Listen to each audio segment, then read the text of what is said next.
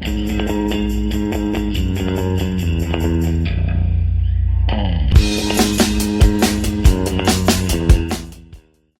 guys, Steph Davis here from flipthiswholesaler.net, where I teach you to make more money, flip more houses, and kick more ass. I've got a brand new Q&A Thursday video for you guys today. My question this week comes from Anna, and Anna writes, "Hi Steph, I'm negotiating a deal with a seller and I'm not sure if this is a good one or not.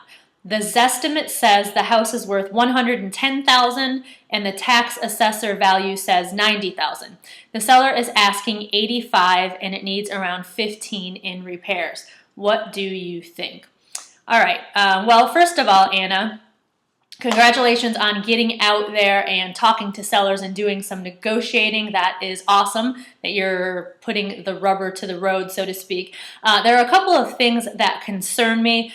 You mentioned that the Zestimate said that the house was worth 110 and the tax assessor value says 90. When you are doing your research and you are determining the ARV of a property, you do not want to just rely on what the Zestimate says or what the tax assessed value says, or really any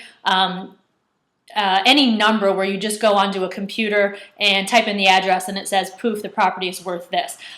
You know, sometimes those can be correct. Sometimes the Zestimate is correct. Sometimes the tax assessed value is correct. But a lot of times they are incorrect. A lot of times they're way off. So what you need to do is actually go in and do the research, the comparable sales research yourself. You need to look at the sales of comparable properties, similar properties to the one that you're looking at, and look at the sales over the last 30, 60, 90 days. I don't like to go back more than 90 days when I'm doing comparable sales research, but sometimes you have to, depending on how much activity is going on in the area. So you need to actually go in there.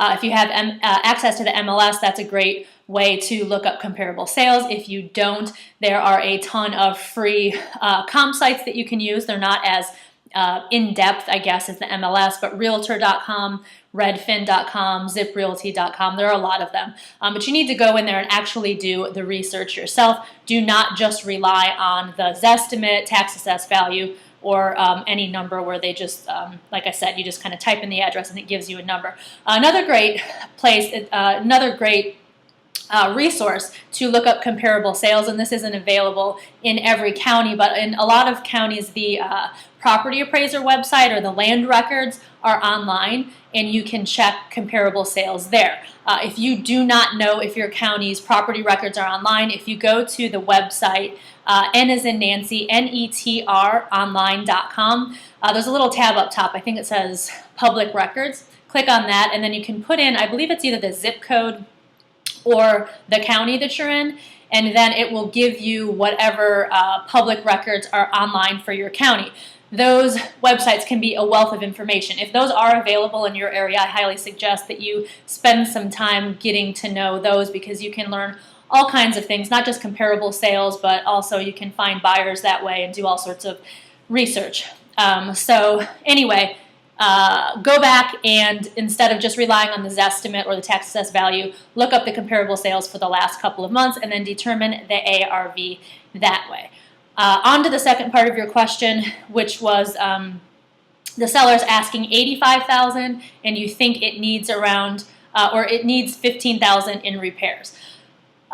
So at this point, we don't know exactly what the property is worth, but let's just say, so we can go through this example and I can kind of walk you through how to come up with your offer. Let's say you go into your MLS or Realtor.com or wherever you're going to get comps from, and you do some research and you determine that this property is worth $100,000, okay?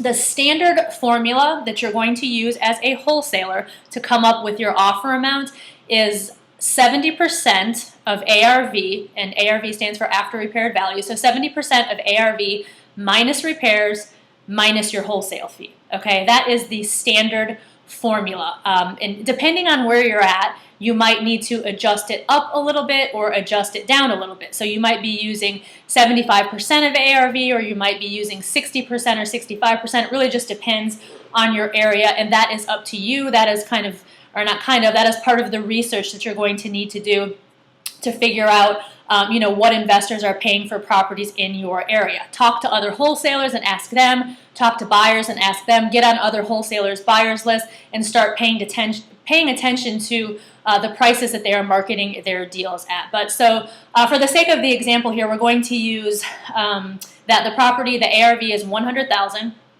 and we're going to use the 70% formula. So again, that formula is 70% of ARV minus repairs minus your wholesale fee. So when you take 70% of the ARV, which is $100,000, you're going to get $70,000.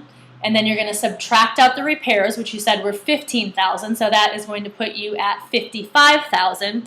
And then let's say you wanted to make $10,000 on this deal as your assignment fee. So then you're going to subtract $10,000, which is going to leave you at $45,000. All right. So if the property is worth $100,000, it needs $15,000 in repairs, and you want to make $10,000 on it, $45,000 would be the maximum amount that you could offer on this property. All right.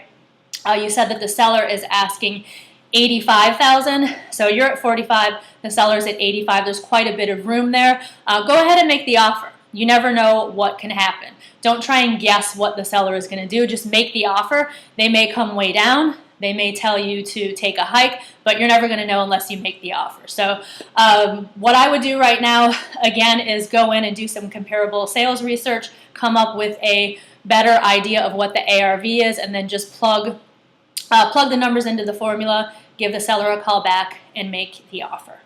I hope that helped, and again, great job on getting out there and doing some negotiating, talking to sellers. Before I sign off, for those of you who are not on my email list, who did not get the notice earlier this week, I do have some spots available in my coaching program for beginning wholesalers. I just finished up a big project that I've been working on for the last couple of months, so I've got some extra time and have added some extra spaces in the coaching program. When you sign up, you get unlimited email access to me, a coaching call, one Q&A live coaching call a week. You get access to all of my forms, contracts, and all of my courses. That includes Flip This REO and the Cash Buyer Ninja. I do have a couple spots available. It is $97 a month.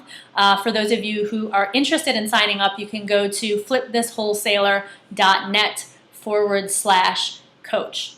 That's all for today. You guys have a fabulous afternoon, and I will see you next week. Bye-bye.